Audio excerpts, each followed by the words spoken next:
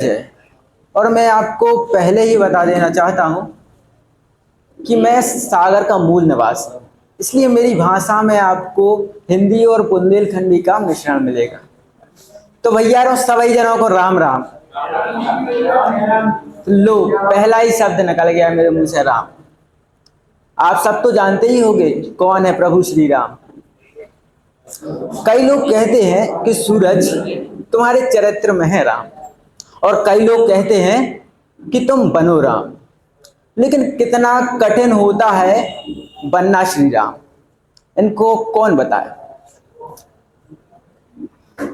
तो ये तो थी राम की बातें।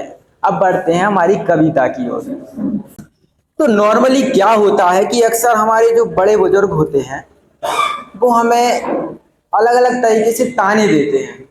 कैसे कि आप ये बन जाओ या वो बन जाओ, मतलब लोगों से हमारी तुलना करते हैं। तो मोहल्ला के पप्पू के लड़का की अगर नौकरी लग गई तो समझ लो आपकी खटिया खड़ी हो गई।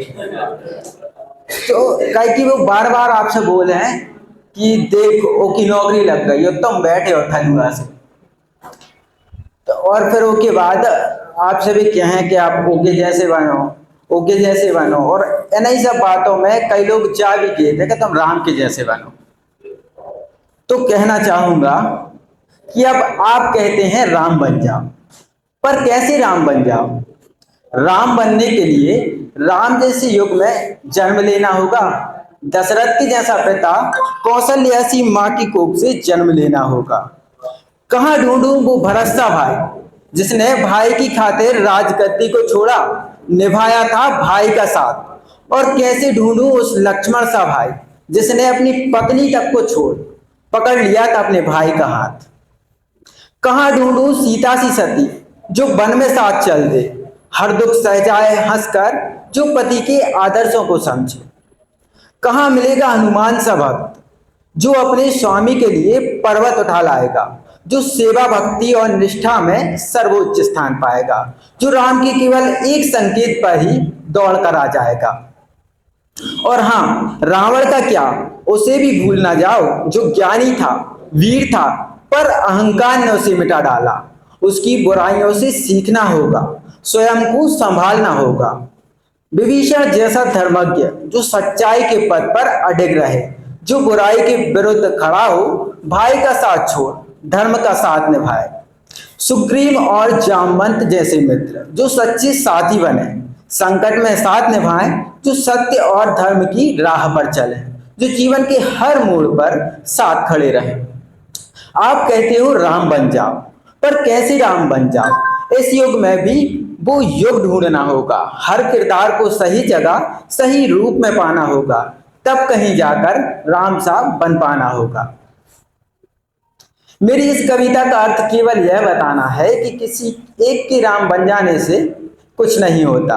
राम के भाई जैसा भाई, पिता की जैसा पिता, माँ पत्नी मित्र भक्त सब तो हो, तब तो हम राम बने। और जैसे कविता के मंच पे हूँ अभी, तो कविता का नाम हो और प्यार का जिक्र ना हो, ऐसा तो नहीं हो सकता। तो प्यार के लिए कुछ लिखा है, वो सुनाता हूँ। तो क्या है, एक लड़का एक लड़की है, दोनों एक दूसरे से प्यार करते हैं लेकिन मन ही मन में करते हैं। दोनों को पता भी है लेकिन वो एक दूसरे से बोलते नहीं है। तो लड़की जो है वो छिपाती है, वो हाँ भी नहीं करती। तो लड़का कहता है कि प्रिय आप समझ नहीं रहे हो हमारे जज्बातों को, अभी कुछ नहीं, जब सोचोगे तो याद आऊंगा बहुत रातों को। मेरी याद में तुम पूरी रात ना सो पाओगे, देखोगे कोई सपना तो उसमें हमें पाओगे। ऐसे ही ऐसे सारी रात निकल जाएगी, जब सुबह उठोगे तो फिर तुम्हें मेरी याद आएगी। फिर तुम मेरे पास आकर मुझसे पूछोगी यह क्या हो गया है, और मैं हम मुस्कुराते हुए कह दूंगा प्रिय तुमको प्यार हो गया है।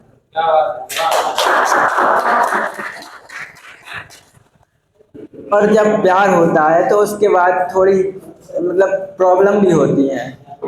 तो कई बार ऐसा होता है, मतलब बात होते होते एकदम से बात बंद हो जाती है, लड़की के परिवार वालों को कोई को प्रॉब्लम हो जाती है या किसी को किसी परेशानी बस बात नहीं हो पाती, तब उस परिस्थिति में लड़का मन में सोचते सोचते अपने व्हाट्सएप पर स्टेटस लिख रहा है, प्रिय तू खास थी और खास ही रहेगी, तेरी याद हर पल मेरे साथ रहेगी, तेरी तस्वीरों को देखकर तेरा सजदा कर लूंगा, क्योंकि तेरी तस्वीर हमेशा मेरे पास रहेगी। तू बिछड़ ना जाए मुझसे, इस बात से डर रहा हूँ, पता नहीं तू मुझे याद करती है या नहीं, लेकिन मैं तो तेरा इंतजार कर रहा हूँ। लगता है एक दिन हम मिल जाएंगे, हम दोनों मिलकर अपना घर सजाएंगे, इन्हीं यादों के सहारे जीवन गुजार रहा हूँ। अब ना तड़पाओ प्रिय, आ जाओ, मैं तेरा इंतजार कर रहा हूँ। जैसा कि मैं न्यूज चैनल में काम करता हूँ और पत्रकार अगर कहीं जाए और खबर ना बताए तो वो पत्रकारिता की तौहीन होगी। तो जैसा कि मतलब श्री कृष्ण का जब जन्म हुआ था और जो आकाशवाणी हुई थी, उस टाइम पर अगर न्यूज चैनल चलते होते तो खबर कैसे प्रसारित होती, इसकी एक झलक आपको दिखाना चाहता हूँ और बताना चाहता हूँ।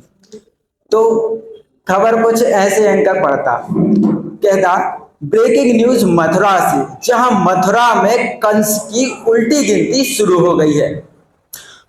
बता दें कि हमारे खास सूत्रों से मिली जानकारी के मुताबिक देवकी के 8वें पुत्र द्वारा कंस का वध निश्चित हो चुका है। इस खबर से मथुरा में हड़कंप मच गया है।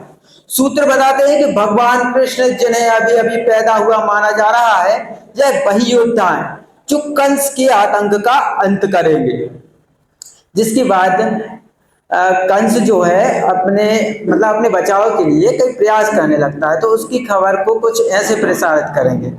कंस ने अपने बचाव के लिए हर संभव कदम उठाने शुरू कर दिए हैं। मथुरा के हर कोने पर सैनिक तैनात हैं और कंस ने अपने जासूसों को हरकत में ला दिया है।